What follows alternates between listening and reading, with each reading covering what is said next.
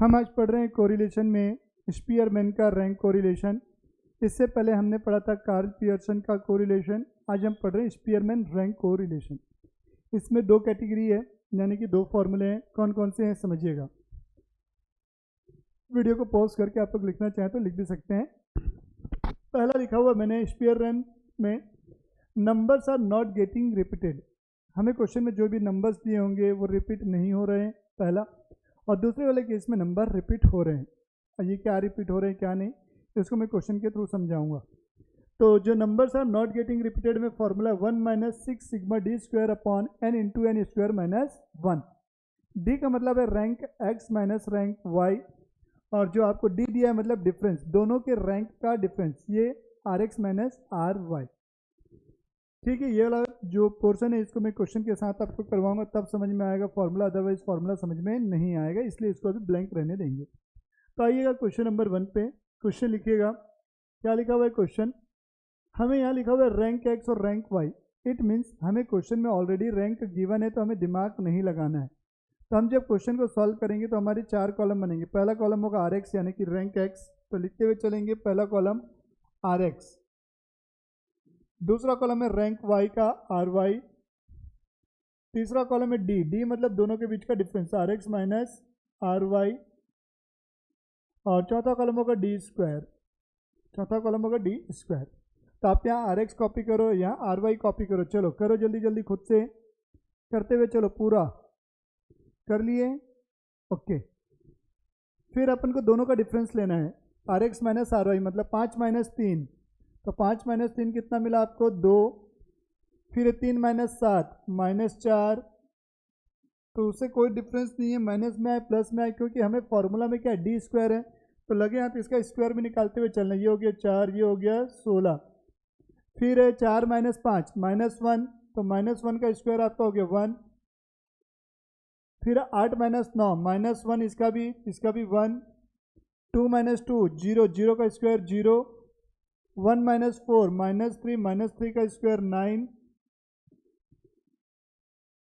फिर 2 - 1 1 हो जाएगा, 1 का स्क्वायर हो गया 1। फिर 7 - 1 -4 हो गया, 7 - 1 है, 1 - 4, ये 7 - 1 है, 6 है, ये 36 है। फिर 10 - 10 0, 0 का स्क्वायर 0। फिर आपका कौन सा है, 6 - 8 -2 का स्क्वायर हो गया 4। फिर है आपका 9 - 6, तो ये आ गया 3, और 3 का स्क्वायर हो गया 9। अब डी स्क्वायर का टोटल करो, चलो। तो ये हो गया 4 16 20 21 22, 22 और 9 31, 31 प्लस 36 67 हो गया, ये प्लस 4 + 9 प्लस 4 + 9 80, 80 आ रहा है। कितना आ रहा है, 80। हमें क्वेश्चन में ऑलरेडी रैंक दी हुई है, तो कोई दिक्कत नहीं, केवल और केवल फॉर्मूला में पुट करना है। पहले rx कॉपी कर लिए यहाँ पर, फिर ry कॉपी कर लिए, फिर उनका डिफरेंस निकाल के उनका स्क्वायर। तो हम आगे बढ़ते हैं इसी में। तो d = क्या होगा, फॉर्मूला निकालना है rs मतलब Spearman. 1 - 6 sigma D square, sigma D square का टोटल कितना है 80, अपॉन n कितना है 10, इंटू n स्क्वायर मतलब 10 का स्क्वायर माइनस 1। तो ये 1 माइनस ये वाला 0, ये वाला चला गया, 48 डिवाइडेड बाय 100, 48 डिवाइडेड बाय 100, ये आ गया 0.48, 0.48। तो इसको जब सॉल्व करोगे तो 0.52।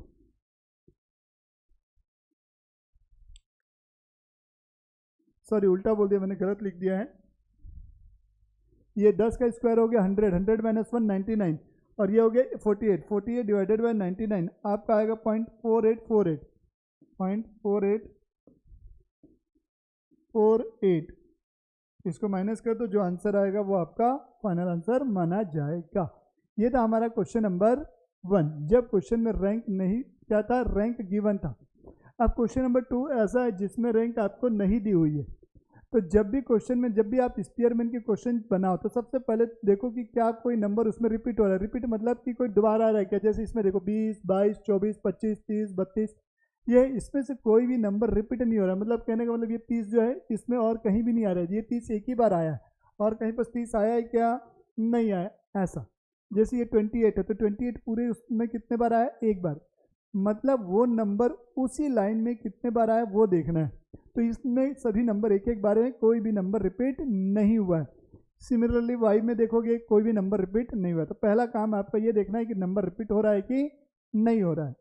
दूसरा काम ये देखना है क्वेश्चन में रैंक गिवन है कि नहीं है। तो यहाँ पर कहीं भी रैंक नहीं दी हुई है, तो हमें सबसे पहले रैंक देना होगा। तो रैंक देने के लिए आपको करना क्या है, जो भी सबसे बड़ी वैल्यू होती है, हाईएस्ट वैल्यू को रैंक 1 देंगे। तो सबसे पहले आपको काम क्या करना है, एक्स लिखोगे, यहाँ सॉल्यूशन करेंगे तो मेरे साथ साथ चलेंगे, यहाँ लिखेंगे सॉल्यूशन।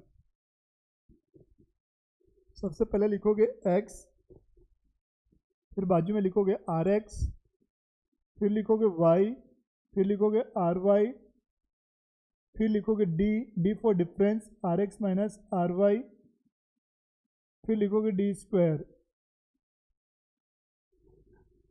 तो यहाँ है 20, 22, 24, यहाँ लिखोगे 20, 22, 24, पहले तो कॉपी कर रहा हूँ, 25, 30, यहाँ लिखोगे 25, 30, 32, 28,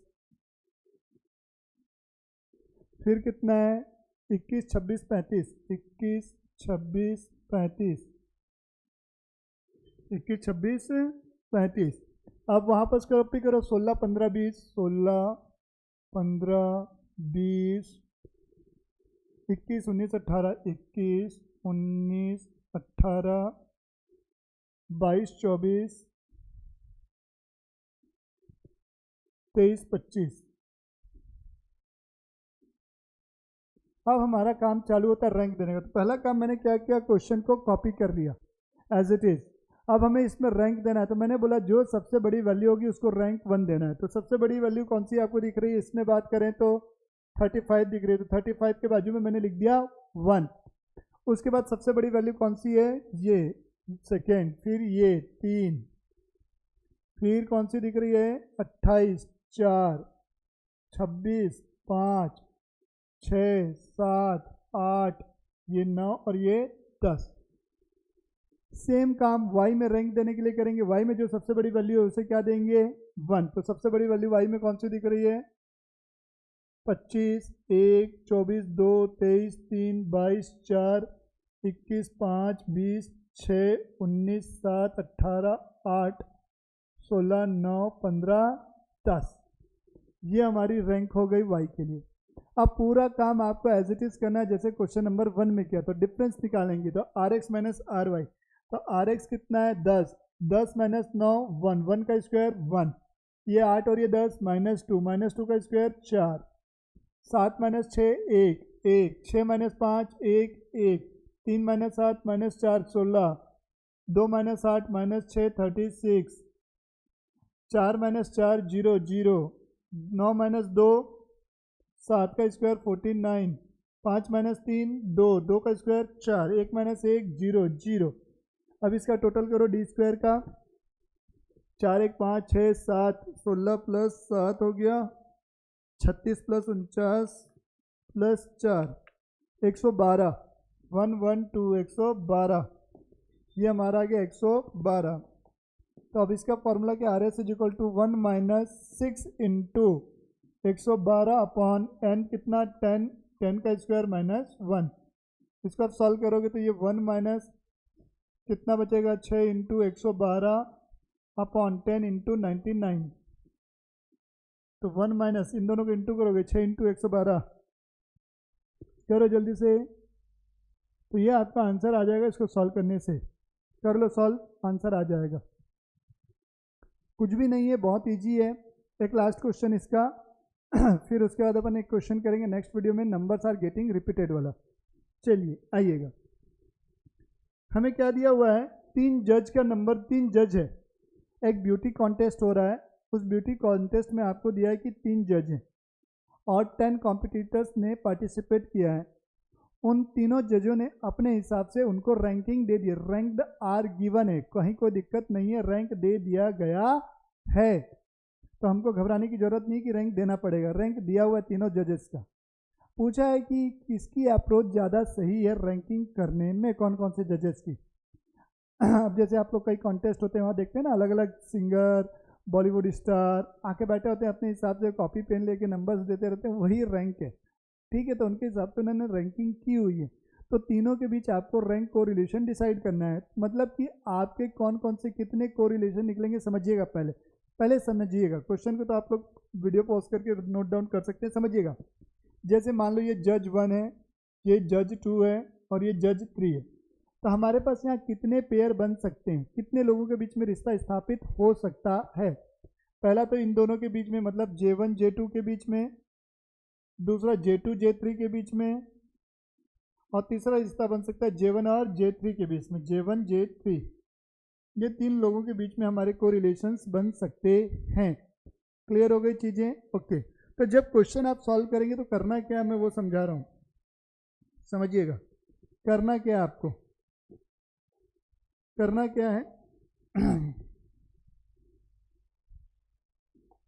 करना कुछ नहीं है आपको। सबसे पहले यहाँ लिखोगे J1, फिर आप यहाँ लिखोगे J2 और यहाँ लिखोगे J3। तीनों के नंबर्स आप यहाँ कॉपी करोगे, जो क्वेश्चन में दिया एज इट इज उसको आप छाप लोगे। अब उसके बाद आपको इसके बाद हम क्या निकालते हैं, डी निकालते हैं, डी फॉर डिफरेंस। तो सबसे पहले आप डी जो निकाल रहे हो, किन किन जजेस के बीच निकाल रहे हो, J1 J2 के बीच में, तो आप क्या लिखोगे D12। D12 करने का मतलब J1 J2, J1 minus J2, D निकल गया। अब डी का आप क्या करते हो, स्क्वायर, तो आप यहाँ लिखोगे D12 का स्क्वायर, D12 का स्क्वायर, D12 का स्क्वायर, मतलब J1 J2 का काम हो गया। मतलब जब आप फॉर्मूला लगाओगे R S is equal to 1 minus 6 sigma D square upon N into N square minus 1, ये फॉर्मूला रहेगा इसके लिए। आर एस ब्रैकेट में लिख दोगे J1 J2, तो पहला रिश्ता हमारा खत्म, पहला कोरिलेशन आपका आंसर आ जाएगा। फिर इसके बाद आप निकालोगे किसका इसके बाद आप निकालोगे D23, मतलब J2 माइनस J3, क्या निकालोगे, J2 माइनस J3। फिर आप इसी का स्क्वायर निकालोगे, D23 का स्क्वायर, D23 का स्क्वायर निकालोगे, सेम काम। फिर इसके लिए फॉर्मूला निकालोगे, तो इसके लिए फिर से सेम फॉर्मूला पुट करोगे और इसकी वैल्यू को पुट करोगे, D23 के स्क्वायर की वैल्यू को पुट करोगे। तीसरा निकालोगे D13, मतलब J1 माइनस J3 और फिर D13 का स्क्वायर। जिसका आंसर पॉजिटिव में आए और पॉजिटिव वैल्यू ज्यादा हो, इस क्वेश्चन में J1 J3 की वैल्यू ज्यादा आती है, पॉजिटिव आती है, तो वो आपका क्या हो गया, कॉमन अप्रोच है, मतलब उसको सेलेक्ट करेंगे, उसको ज्यादा वैल्यू दी जाएगी। तो ये था हमारा क्वेश्चन। ये क्वेश्चन बीकॉम के एग्जाम में कई बार पूछा हुआ है, काफी अच्छा क्वेश्चन है ये। इसके बाद एक क्वेश्चन हमारा बचेगा नंबर्स आर गेटिंग रिपीटेड वाला, वो करेंगे हम नेक्स्ट क्लास में। तब तक के लिए टाटा बाय।